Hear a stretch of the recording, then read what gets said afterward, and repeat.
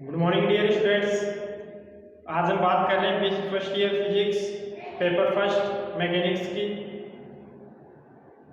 इसमें हमारा जो लास्ट लेक्चर चल रहा था उसमें हम बात कर रहे थे कोरिलेस बल के प्रभाव, ठीक ना। कोरिलेस बल के प्रभाव की हम बात कर रहे थे जिसमें हमने कोरिलेस बल देखा, ठीक ना। वैसे तो अपना जो टॉपिक चल रहा था वो था पृथ्वी के सापेक्ष गति। जो मेन टॉपिक तो था अपना वो था पृथ्वी के सापेक्ष गति, ठीक है ना। इसके अंदर जो चल रहा था ये अब इसमें एक टॉपिक हो गया था अब केंद्रीय बल का प्रभाव, ठीक है ना, कि अर्थ रोटेट कर रही है अपने दूरी पर, ठीक है। तो दूरी पर रोटेशन के कारण अर्थ पर जो वस्तुएं हैं उन वस्तुओं पर अब केंद्रीय बल क्या लगता है, ठीक ना। सेकेंड था कोरिलेस बल का प्रभाव, कोरिलेस बल क्या लगता है, ठीक है। तीसरा पढ़ा था हमने, जो थर्ड पॉइंट था वो हमने देखा था कि ऊर्ध्वाधर नीचे की तरफ गिरती वस्तुओं पर पृथ्वी के घूर्णन गति का प्रभाव अर्थात कोरिलेस बल का प्रभाव, ठीक है। आज का जो हमारा टॉपिक है, पॉइंट है, वो है पृथ्वी से ऊर्ध्वाधर ऊपर की ओर फेंकी गई वस्तुओं पर कोरिलेस बल का प्रभाव, ठीक है। तो आज का जो अपना टॉपिक है फोर्थ टॉपिक हो गया, ठीक ना। ये है पृथ्वी पर ऊर्ध्वाधर, पृथ्वी पर ऊर्ध्वाधर ऊपर की ओर, समझ गए, ऊर्ध्वाधर ऊपर की और फेंके गए कण पर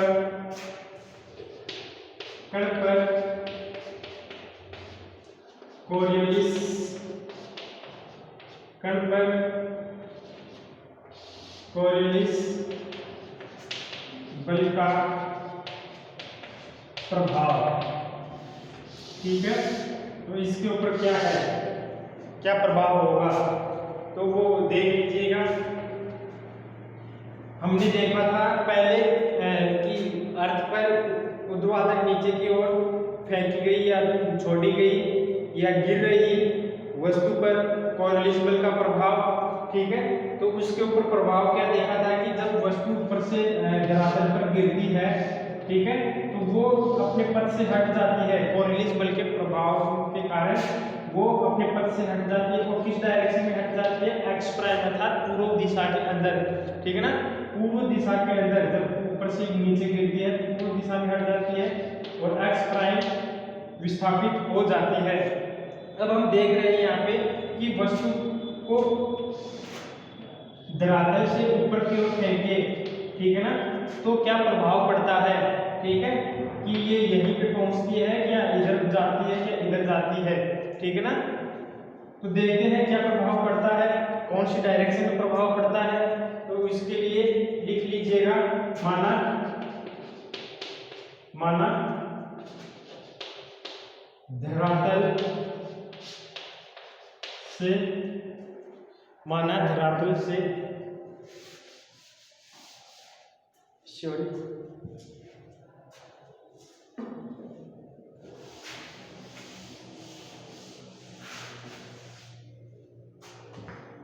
माना धरातल से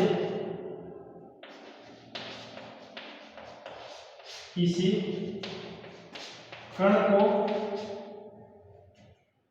कण को u वेग से ऊर्ध्वाधर ऊपर की ओर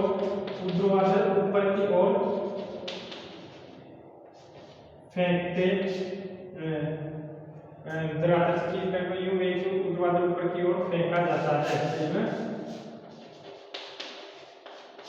ऊपर की ओर फेंका जाता है। तो किसी समय P पर कण का वेग ठीक है ना, किसी समय t पर कण का वेग क्या होगा, जो ये u वेग है, ठीक है ना, ये u वेग, ये तो क्या है प्रारंभिक वेलोसिटी, जिस जो हम कण को ऊपर फेंकने के लिए दे रहे हैं, ठीक है ना, ये, ठीक है। तो अब किसी समय t के ऊपर, ठीक है ना, किसी समय t के ऊपर देखना इसकी वेलोसिटी क्या होगी, तो इसके लिए हम जो न्यूटन के लॉ है, गति के नियम है, v equal to u plus at, ठीक है ना, इसका यूज करते हैं जहां पे हम अंतिम वेग v देख रहे हैं किसी टाइम t के ऊपर, और u वेलोसिटी है ऊपर की तरफ फेंकेंगे, और g जो है g हो गया, जो कि देखो g नीचे की तरफ होता है, ऐसे लगे से ऊपर की तरफ है, तो ये माइनस g, तो ये u माइनस जी टी, ठीक है ना, ये तो हो गया मैग्नीट्यूड। अब हम डायरेक्शन की बात करें तो ये मैग्नीट्यूड और डायरेक्शन क्या है, के प्राइम, ठीक है ना, अर्थ से ऊपर की ओर। और यदि आपने लास्ट लेक्चर देखे हैं तो पता होगा आपको कि हमने एक अर्थ मानी थी, अर्थ के सेंटर से लैम्डा अक्षांश वाले पॉइंट के ऊपर बिंदु P माना था, बिंदु P को मूल बिंदु मानकर हमने एक निर्देश तंत्र की रचना की थी, ठीक है, जिसमें हमने x prime, y prime, z prime, ठीक है ना, इन तीनों को पूर्व में, उत्तर में और ऊर्ध्वाधर लिया था, ठीक है। तो ऊर्ध्वाधर फेंक रहे हैं तो v प्राइम जो v वेक्टर है वो क्या हो गया k प्राइम डायरेक्शन में, और जो ये v वेलोसिटी है, ठीक है ना, ये घूर्णी निर्देश तंत्र में है, v वेलोसिटी घूर्णी निर्देश तंत्र में है, इसलिए हम इसको प्राइम लगा देते हैं, ठीक है, घूर्णी निर्देश तंत्र में जो वेलोसिटी है v प्राइम है, तथा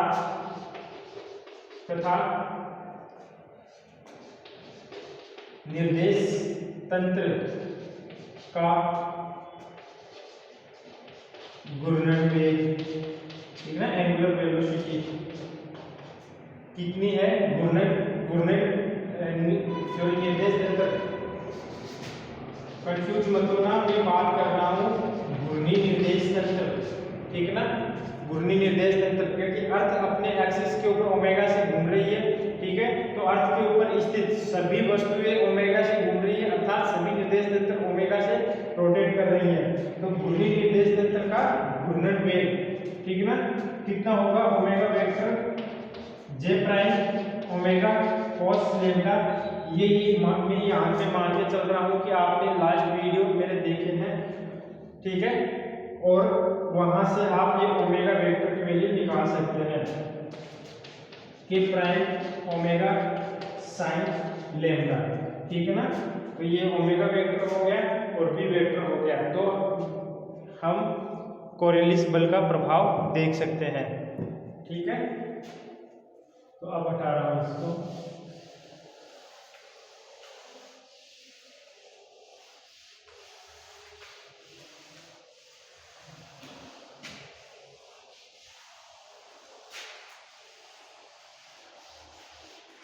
ठीक है, ओमेगा जे प्राइम ओमेगा ये अतः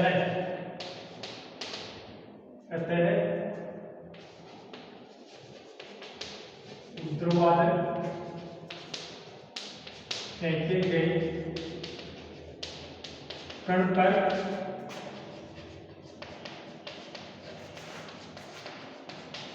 कोरियलिस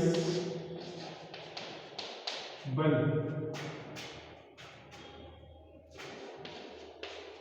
क्या होगा, -2m omega vector cross v prime vector, ठीक है, यहाँ से इसकी वैल्यू कैलकुलेट करोगे तो -2m, ये i प्राइम j प्राइम, ठीक है ना, और k प्राइम, ओमेगा की वैल्यू i प्राइम में 0 है, j प्राइम में ओमेगा cos लैम्डा और k प्राइम में ओमेगा sin लैम्डा, ठीक है, और v का ये 0, ठीक है ना, ओनली k कंपोनेंट है u minus gt,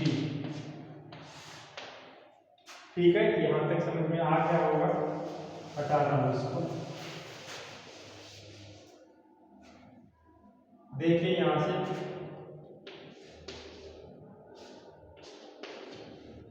equal to minus 2m I prime, ठीक है ना, आई प्राइम यहाँ से omega cos lambda, omega cos lambda, तो u माइनस जी टी, तो omega u minus G T cos lambda minus 0 omega sine lambda, तो 0 से ये टर्म 0 हो गई, तो ये माइनस 0, ठीक है, और माइनस जे प्राइम, तो ये जे प्राइम ये कैंसिल हो गया, 0 से 0, 0 से 0, ये 0 प्लस के प्राइम, ठीक है ना, के प्राइम, तो के प्राइम में ये 0 और ये 0, तो ये भी 0, तो ये तो 0 हो गई दोनों टर्म। सिर्फ अपने पास क्या बचा, F C equal to minus, ठीक ना, ये प्लस में है सारी टर्म, तो मैं इस आई प्राइम को यहाँ पे लगा रहा हूँ, और 2m omega u minus G T cos lambda, ठीक है। तो एफ सी की वैल्यू जो आई वो ये आ गई, इसको समीकरण 1 दे दो, ठीक है, समझ में आ गई कोरिलेशनल। तो देखिए ये जो फोर्स आया है, ये किसके ऊपर फोर्स आया है, जब हम वस्तुओं को ऊपर की तरफ फेंकते हैं, ठीक है, तो जब हम वस्तुओं को अर्थ के ऊपर की तरफ फेंकते हैं तो क्या होता है कि उन वस्तुओं के ऊपर फेंकी गई वस्तु के ऊपर ये फोर्स लगता है पृथ्वी के ऊपर, और ये फोर्स किस डायरेक्शन में लग रहा है, माइनस आई डायरेक्शन में, दिख रहा होगा आपको, माइनस आई प्राइम डायरेक्शन कौन सी है, पूर्व दिशा, माइनस आई प्राइम क्या होगी, पश्चिम दिशा। अर्थात जब भी हम अर्थ के ऊपर किसी वस्तु को ऊपर की तरफ फेंकते हैं, ठीक है, तो उसके ऊपर जो फोर्स लगता है वो किधर लगता है, इधर पश्चिम की तरफ, ठीक है ना, हमेशा पश्चिम की तरफ, और जब ऊपर से नीचे डालते हैं तो पूर्व की तरफ, ध्यान रखना इस चीज को। तो अब देखो क्या होगा कि ये धरातल है, तो हम वस्तु को ऊपर की तरफ फेंक रहे हैं, ठीक है, तो वस्तु को जब ऊपर की तरफ फेंकेंगे तो ये आई प्राइम है, ठीक है, और ये माइनस आई प्राइम है, तो वस्तु के ऊपर एक बल लगेगा जो कि किस डायरेक्शन में लग रहा है, माइनस आई प्राइम के कारण, तो वस्तु इस बल के कारण, ठीक है, ऊपर की तरफ ये इतना विस्थापित हो जाएगी, एक्स प्राइम, ठीक है, कितना विस्थापित हो गई, एक्स प्राइम विस्थापित हो जाएगी। तो ये वस्तु यहाँ जानी चाहिए थी, ठीक है ना, ये जब इस वस्तु को हमने ऊपर की तरफ फेंका तो ये यहाँ आनी चाहिए थी, जबकि यहाँ ना आके ये वस्तु, ठीक है ना, इस जगह पे आती है। अब जब आप ऐसे उछाल के देखोगे तो आपको इस चीज़ का पता नहीं चलेगा, क्योंकि ये छोटी दूरी के लिए है। यदि आप बहुत ऊंचाई तक इसको उछालोगे तो आप इस चीज को अनुभव कर पाओगे कि वास्तव में ऐसा होता है, ठीक है। तो अब ये वस्तु यहाँ तक पहुँच गई, और यहाँ पे पहुँचने पर इसका जो विस्थापन हुआ एक्स प्राइम हुआ, तो ये एक्स प्राइम क्या होता है ये भी हम यहाँ पे निकाल लेते हैं। तो यहाँ पे लगा दीजिएगा न्यूटन के द्वितीय नियम से, ठीक है, न्यूटन के द्वितीय नियम से क्या होगा, से कण का पश्चिम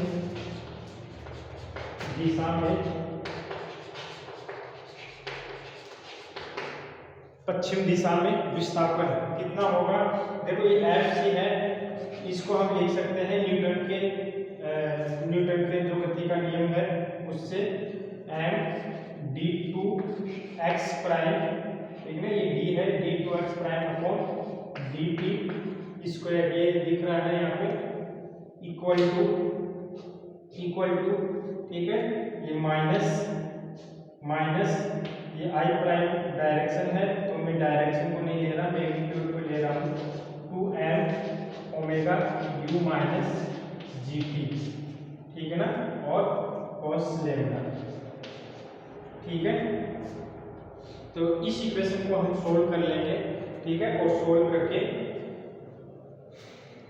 हमारे पास ये एक्स प्राइम की वैल्यू आ जाएगी, ठीक है। इसका दो बार इंटीग्रल करेंगे, तो दो बार इंटीग्रल करने से जो विस्थापन है एक्स प्राइम ये मिल जाएगा हमको। तो यहाँ से देखिए m से ये m कैंसिल हो गया, तो हमारे पास जो बचा वो क्या बचा है,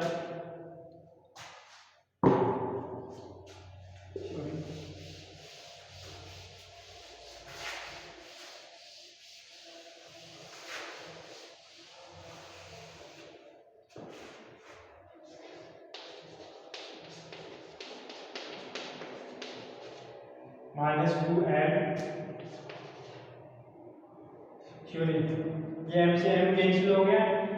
जो लास्ट लेक्चर में भी हमने ये जो डेरिवेशन किया था, ठीक है ना, नीचे गिरती वस्तु पर, उसमें ये इसी तरीके से ये m लिख गया था, ठीक है ना उसमें, और ये m तो लास्ट तक चलता गया था, लेकिन यहाँ पे कोई नहीं करनी है, ये m नहीं आएगा, ठीक है ना। m ये यहाँ से यहाँ कैंसिल हो गया, तो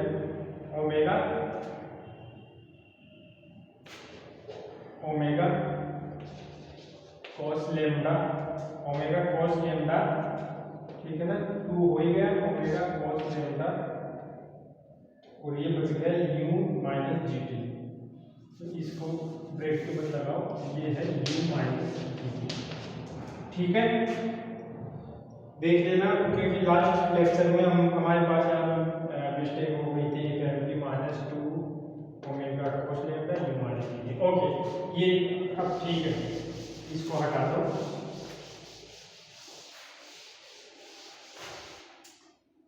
अब आप इसको सोल्व कर सकते हैं, ठीक है ना, सोल्व कर तो करो t के सापेक्ष समाकलन करने पर,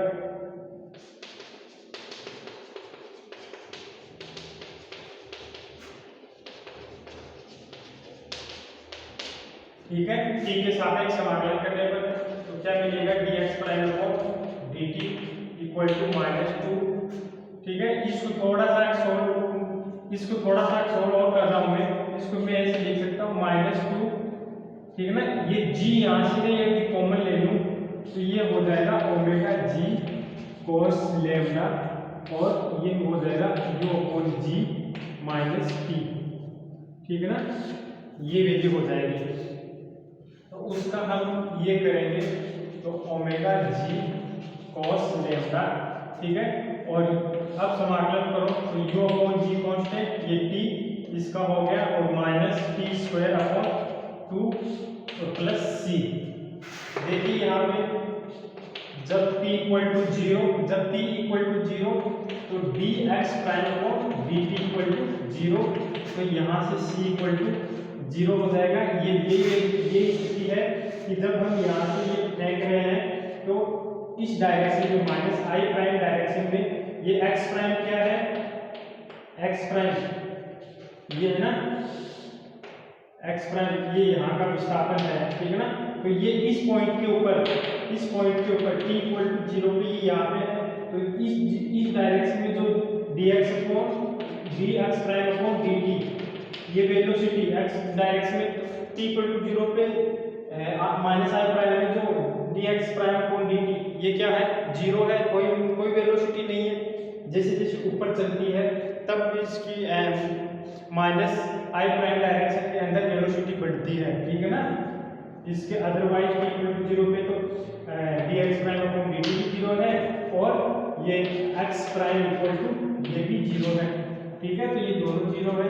तो यहाँ पे ये t इक्वल टू 0, तो ये पूरी टर्म 0, ये भी 0, तो c भी 0, तो dx prime upon dt equal to -2 omega g cos lambda, ठीक है, और ये यहाँ पे u upon g t plus minus t square upon 2, ठीक है।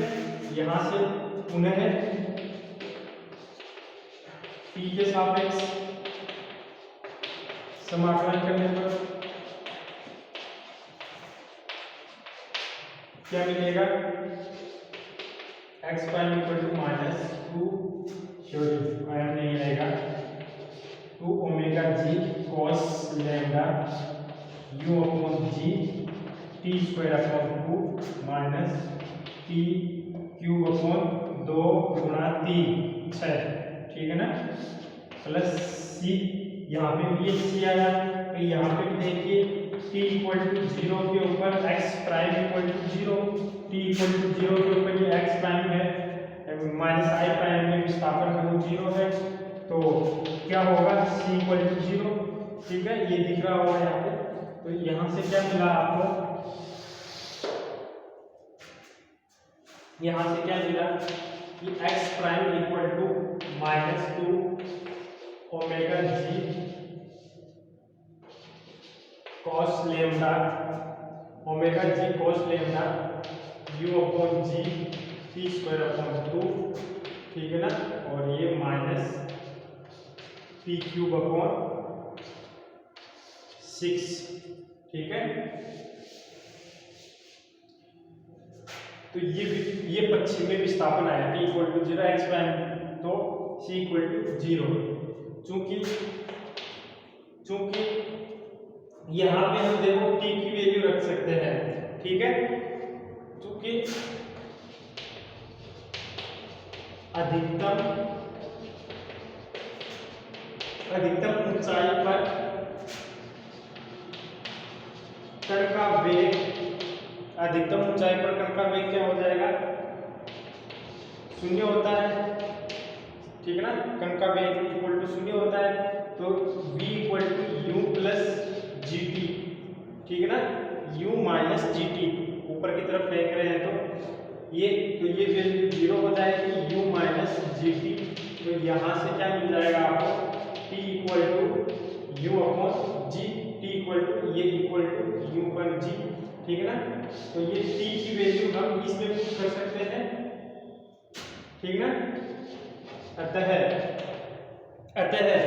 ठीक है ना, यहाँ पे क्या होगा कि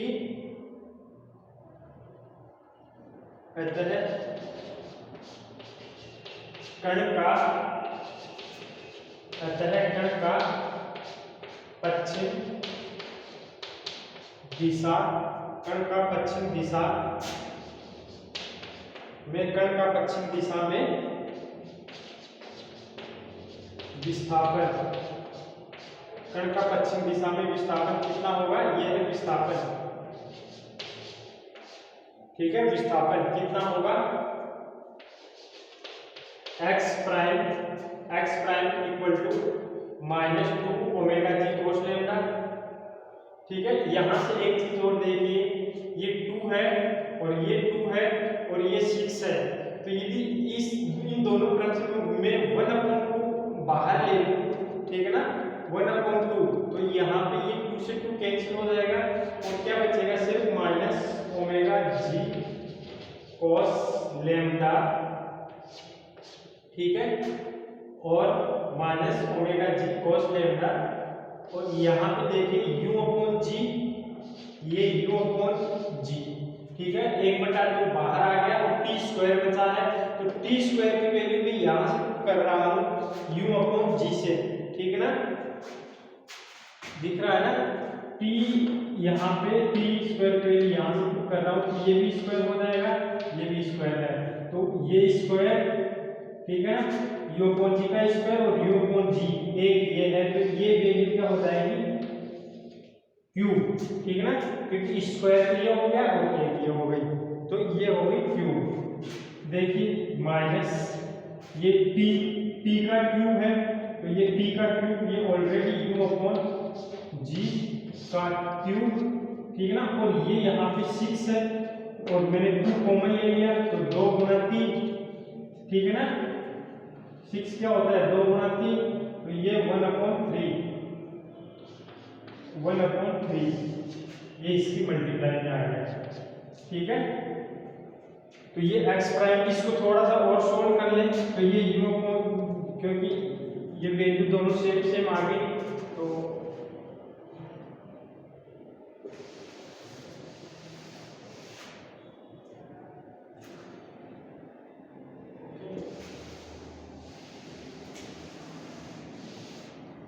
तो क्या मिलेगा आपको, x prime equal to minus omega g cos lambda.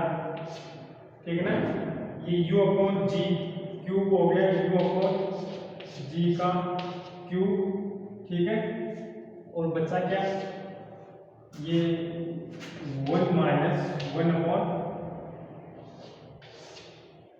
1 minus 1/3, तो ये हो गया 3 माइनस 2, 3 माइनस 1/3, तो 2/3, ठीक है ना। तो इसकी वैल्यू हो गई 2/3, तो मैं ये यहाँ पे लिख रहा हूँ 2/3, ठीक है ना, माइनस। तो ये आपका पश्चिम दिशा के अंदर क्या आ गया, ये आपका पश्चिम दिशा के अंदर क्या आ गया,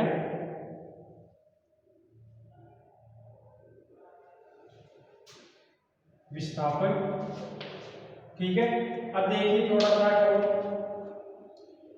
ये तो u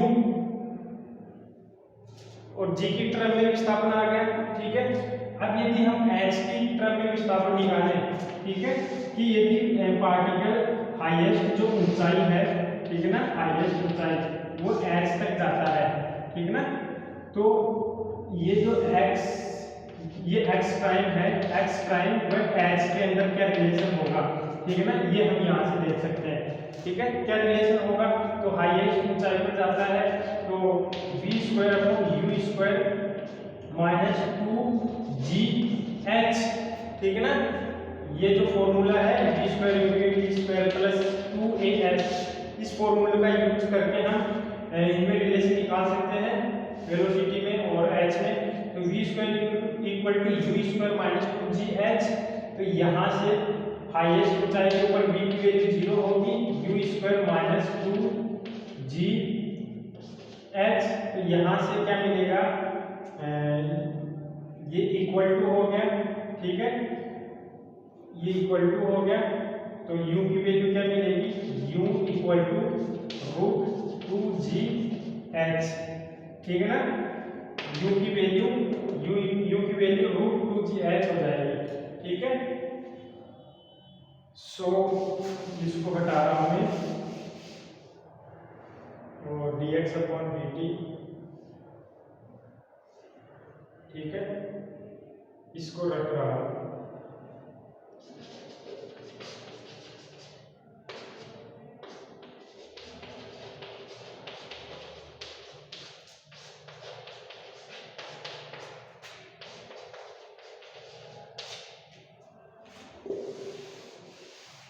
ठीक है। तो इसकी वैल्यू आता है पश्चिम दिशा में, पश्चिम दिशा में कण का विस्थापन कितना होगा, x prime equal to u की वैल्यू पुट कीजिए यहाँ पे, ये √2gh, तो minus 2/3 omega g cos lambda, ठीक है। तो u/g³, तो u की वैल्यू हो गई आपकी 2gh/g, ठीक है ना, 2gh/g, और ये तो हो गया 1/2 और ये हो गया क्यूब, ठीक है। तो यहाँ से देखिए ये g से g कैंसिल हो गया, क्योंकि इस g को मैं ऐसे लिख सकता हूँ g, तो इस g से ये g कैंसिल हो गया, 1/2 है, तो क्या मिला 2h/g, मतलब g की पावर हाफ, ये भी हाफ, ये भी हाफ, तो मैं ये कर सकता हूँ √½ क्यूब, ठीक है ना। तो अब मैं इसमें ये लिख रहा हूँ 2h/g की पावर 3/2, ठीक है। तो जो मेन रिजल्ट है वो ये आ गया, ठीक है। तो अब यहाँ पे ध्यान रखना कि उत्तरी गोलार्ध में नीचे से धरातल से फेंके गए पिंड के ऊपर जो कोरियलिस बल लगता है वो -i' में, मतलब पश्चिम दिशा में लगता है। उत्तरी गोलार्ध में कोरियलिस बल ऊपर फेंके गए पिंड पर पश्चिम दिशा में लगता है, जिससे पिंड पश्चिम दिशा में विस्थापित हो जाता है, और दक्षिण गोलार्ध में पूर्व दिशा के अंदर विस्थापित हो जाता है, ठीक है। अब यहाँ पे जो नई बात आती है वो ये आती है कि ये तो चलो पिंड को ऊपर की तरफ फेंक दिया और पिंड यहाँ पे पहुंच गया, ठीक है। अब कोई भी पार्टिकल है अर्थ पर जब ऊपर की तरफ फेंकते हैं तो वो वापस नीचे की तरफ भी आता है, ठीक है। तो ये नीचे की तरफ कहाँ पे गिरेगा, ठीक है, तो नीचे की तरफ ये कहाँ गिरेगा, तो उसके लिए भी हम डेरिवेशन करते हैं, ठीक है। तो ये यहाँ पे आता है, ठीक है, नीचे की तरफ, ये पश्चिम दिशा में ही ये इधर की तरफ आता है। इसको हम यहाँ से ये जो है ये नई एक्स प्राइम मान लेंगे, ठीक है। तो इससे जो अगला वाला पार्ट है, नीचे गिरने वाला पार्ट है, हम अगले लेक्चर में लेंगे, ठीक है। इसमें यहीं तक, लेकिन इसके ये जो रिजल्ट्स आए हैं कौन से, एक्स प्राइम और ये D x prime upon d T, ठीक है ना। ये रिजल्ट्स आप ध्यान में रखना, क्योंकि बिना रिजल्ट्स के हम ये नहीं निकाल पाएंगे। क्यों नहीं निकाल पाएंगे? क्योंकि हम जहाँ पे यहाँ t इक्वल टू 0 के ऊपर x प्राइम इक्वल टू 0 ले रहे थे, dx prime upon dt equal to 0 ले रहे थे। अब जब हम ये नीचे गिरते हुए पर जब इसका समाकलन करेंगे तो कांस्टेंट आएगा, तो वहां पे हम ये इस स्थिति को t इक्वल टू 0 मान लेंगे। ये ऊपर वाली जो पॉइंट है, ऊपर वाले पॉइंट, इसको हम t इक्वल टू 0 मानेंगे, ठीक है ना। और उसके बाद में हम इसकी सारी कैलकुलेशन करेंगे। तो अब देखिए इस पॉइंट के ऊपर t इक्वल टू 0 के ऊपर पश्चिम दिशा में, ठीक है ना, माइनस एक्स प्राइम डायरेक्शन में जो विस्थापन होगा वो 0 नहीं होगा। वो कितना विस्थापन होगा? ऑलरेडी x प्राइम विस्थापन है, ठीक है ना, x प्राइम विस्थापन है।